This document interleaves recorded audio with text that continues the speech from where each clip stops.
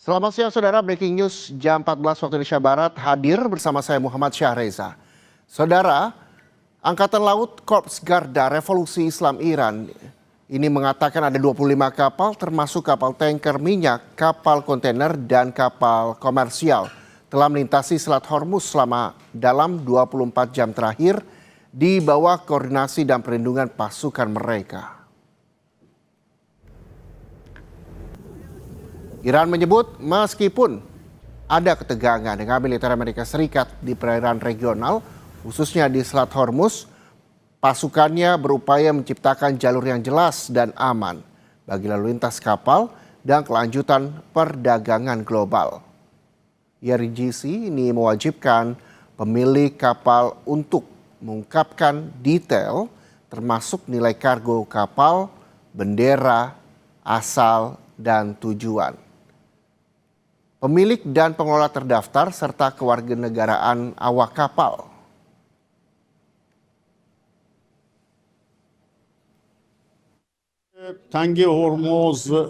Look, it is undeniable in everyone's mind that the Strait of Hormuz, as a strategic strait, must secure interests for both Iran and Oman.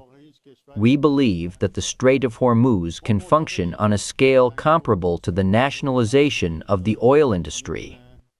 It will certainly be based on a legal regime grounded in international law, the law of the sea, and the rights of the coastal states. Therefore, both the interests of the world's nations and our own rights will be safeguarded. Menteri Luar Negeri Amerika Serikat Marco Rubio menyebut telah ada kemajuan signifikan dari perundingan damai dengan Iran. Namun ia menyebut keputusan masih belum final.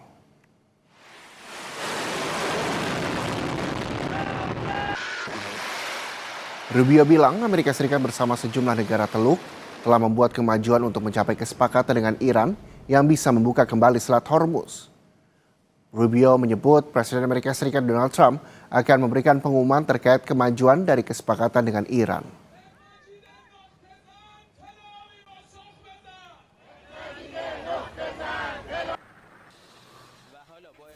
Maybe more news coming out a little bit later today on this topic, and I'll leave it to the President to make further announcements on it. Suffice it to say that some progress has been made, significant progress, although not final progress has been made. The ultimate goal is that Iran can never have a nuclear weapon.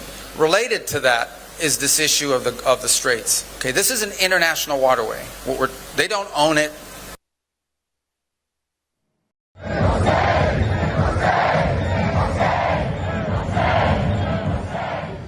Sementara itu warga Iran turun ke jalan dan memadati lapangan Inqilab di Teheran, Iran.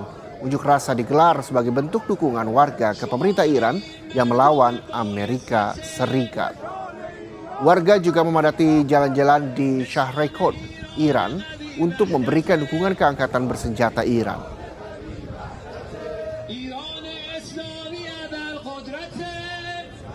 Meski Trump mengklaim hampir mencapai kesepakatan dengan Iran, pakar hubungan internasional Universitas Parahyangan menilai kesepakatan Amerika Serikat dan juga Iran belum menemui titik temu.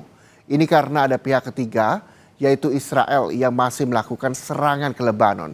Dan berikut analisisnya untuk Anda. Trump juga bilang ini masih 50-50 nih antara mau nyerang atau mau lanjut kesepakatan. Iran juga sudah membantah bahwa ada kesepakatan soal Selat Hormuz dibuka.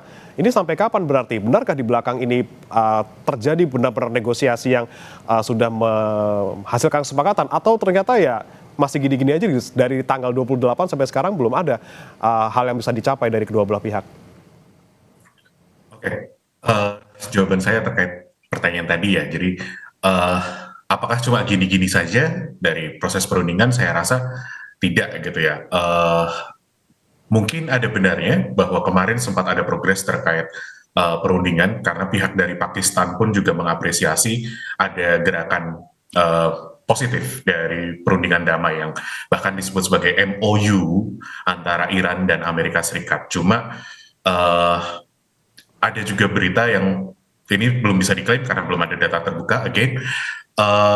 Akan ada pencairan aset dari aset-aset Iran yang dibekukan oleh Amerika Serikat, yang itu tentu another point, another progress untuk perundingan damai.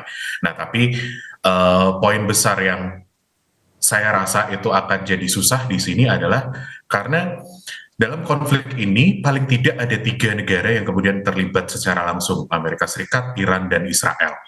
Dan ketika misal Amerika Serikat dan Iran itu sudah bisa sepakat, tapi ternyata ada pihak lain yang belum sepakat, yaitu dalam hal ini Israel, ya ini kemungkinan nanti akan jadi masalah. Ini akan jadi tarik ulur yang cukup repot, karena dari ketiga pihak ini bisa saja, bahkan misal dari Amerika Serikat dan Israel, mereka walaupun sama-sama satu sekutu gitu ya, satu sisi, tapi mereka juga kepentingannya bertentangan.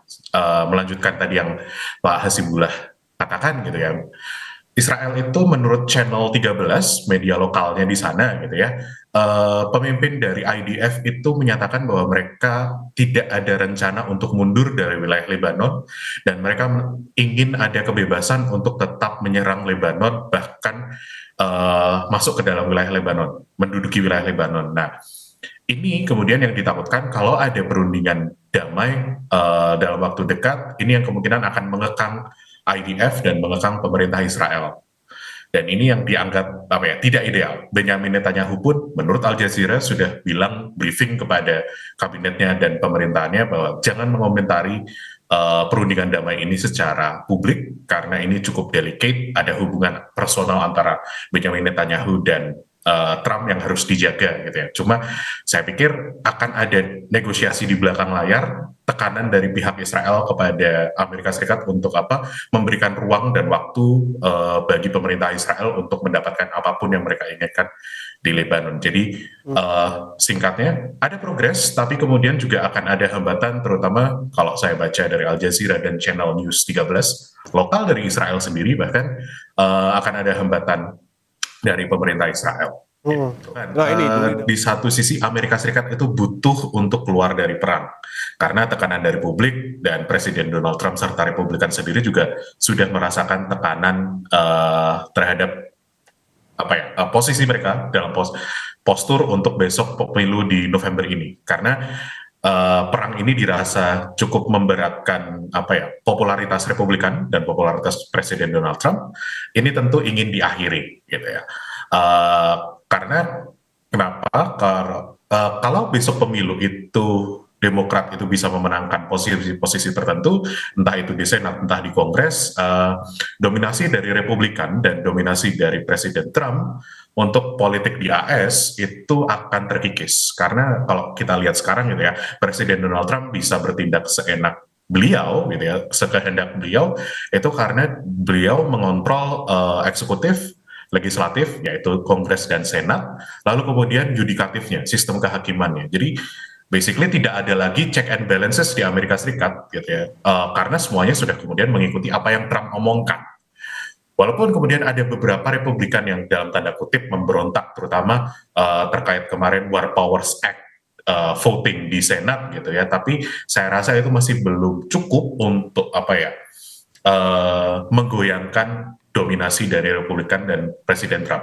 Tapi itu sudah jadi warning sign, yang mana saya pikir Presiden Trump dan pemerintahan AS at large itu juga sudah memperhatikan. Nah, masalahnya ketika mau keluar dari perang ini gitu ya, mereka tentu harus memikirkan bahwa keluarnya harus tampak sebagai pemenang, keluarnya harus masih jumawa, karena kalau mereka keluar perang yang dengan cara pikir yang penting keluar perang tanpa ada demand tertentu bagi Iran, misal terkait Hormuz, misal terkait nuklirnya, atau bahkan kapabilitas militernya mereka gitu ya. Kalau tanpa keluar dari perang tanpa 3 hal ini lah, katakanlah orang-orang juga kemudian akan mempertanyakan lah, apa gunanya perang kemarin gitu kan. Kalau ditanyakan Hormuz kemarin sudah terbuka loh tanpa harus perang gitu loh. Kita tidak ada masalah dengan Hormuz gitu loh. Tapi sekarang kemudian malah sekarang Hormuz ditutup gara-gara perang. Ya. Terus kemudian kalau untuk nuklirnya, ini yang kemudian masih jadi contentious issue gitu ya. Iran pengennya maksimalis, mereka masih punya kemampuan untuk mengembangkan nuklir, walaupun mereka selalu mengklaim itu bukan untuk senjata, tapi Amerika Serikat pengen dan terutama Israel pengen bahwa tidak ada lagi kemampuan untuk mengembangkan nuklir dari Iran, dan itu masih dicari titik tengahnya dalam proses negosiasi ini. Dan again saya harus bilang bahwa kita tidak bisa hanya melihat Amerika Serikat saja, Iran saja, tapi juga Israel, karena gini, salah satu lobbyis dari Benjamin Netanyahu, salah satu penyandang dananya itu adalah keluarga Adelson. Dan keluarga Adelson ini dia juga tinggal di Amerika Serikat, dan dia juga jadi donatur politiknya Presiden Trump dan Republikan. Jadi ibaratnya dua politisi di dua negara punya donatur yang sama. Jadi ibaratnya satu orang ini, satu keluarga ini bisa mengendalikan dua negara, karena untuk mengarahkan politiknya supaya lebih pro Israel. Karena kalau kita lihat juga voternya dari Republikan dan Presiden Donald Trump itu banyak yang berasal dari kelompok evangelis, dan kelompok evangelis ini biasanya posisinya pro dengan Israel. Jadi kalau ada narasi-narasi di mana pemerintah Amerika Serikat meninggalkan dalam tanda kutip Israel, itu yang akan jadi quote and quote bunuh diri politik di pemerintah AS. Dan ini yang saya rasa ini jadi dilemanya Presiden Trump dan Republikan sekarang. Harus keluar dari perang, tapi kemudian gimana caranya ya agar tetap terhormat. Saya rasa ini melalui diplomasi, melalui negosiasi. Cuma nanti detail-detailnya yang harus selaraskan. Itu dari saya. Ya, selain